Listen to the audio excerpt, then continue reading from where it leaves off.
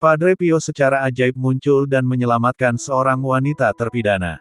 Di sebuah kota di Italia bagian tengah, seorang guru muda, yang juga pernah menjadi sekretaris sebuah organisasi fasis, dituduh menyediakan senjata dan bom bagi kaum fasis. Senjata-senjata itu kemudian digunakan dalam sebuah ledakan yang menewaskan para militer dan warga sipil. Tuduhan itu sangat berat, padahal sang guru sama sekali tidak bersalah.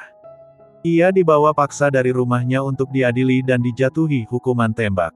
Dalam ketakutan yang mendalam, ia hanya berhasil membawa rosario dan sebuah foto Padre Pio.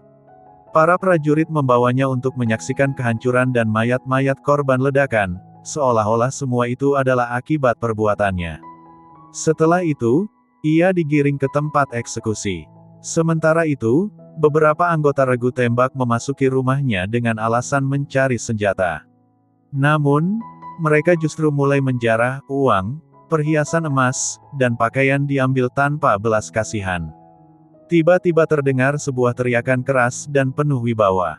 Cukup. Suara itu begitu tegas dan menggetarkan, hingga para prajurit ketakutan dan melarikan diri, meninggalkan semua barang jarahan. Saudari perempuan terpidana, yang menyaksikan kejadian itu sambil meringkuk ketakutan di sudut ruangan, langsung mengenali suara tersebut. Ia yakin, itu adalah suara Padre Pio. Di tempat eksekusi, perintah untuk membidik dan menembak tiba-tiba tertunda. Dari kejauhan datang iring-iringan panjang yang tak berujung, mobil lapis baja, kuda, meriam, ambulans, dan pasukan yang terus berbaris. Komandan regu tembak berdiri di atas kendaraannya, tak bergerak, seolah-olah terhipnotis oleh sesuatu yang tak terlihat. Guru muda itu hampir tak dapat bernapas. Ia merasa saat-saat terakhir hidupnya semakin dekat ketika prajurit terakhir lewat. Dalam keheningan itu, ia berdoa kepada Tuhan, memohon rahmat untuk menerima kehendaknya, apapun yang akan terjadi padanya, dengan mengandalkan perantaraan Padre Pio. Tiba-tiba, seorang pria menghampirinya dan bertanya, "Apa yang telah mereka putuskan untuk dilakukan kepadamu?" Dengan wajah pucat dan suara gemetar, ia menjawab, "Saya tidak tahu apa-apa lagi.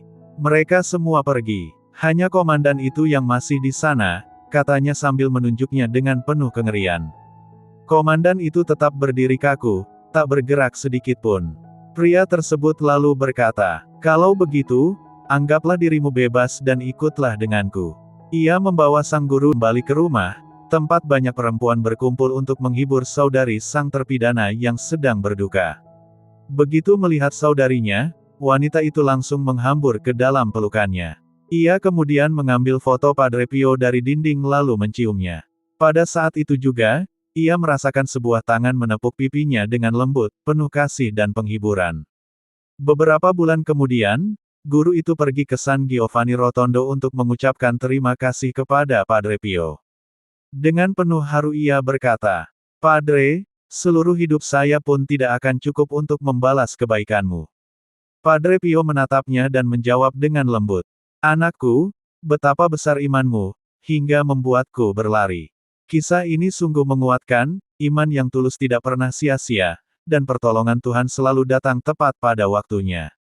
Tidak ada yang mustahil.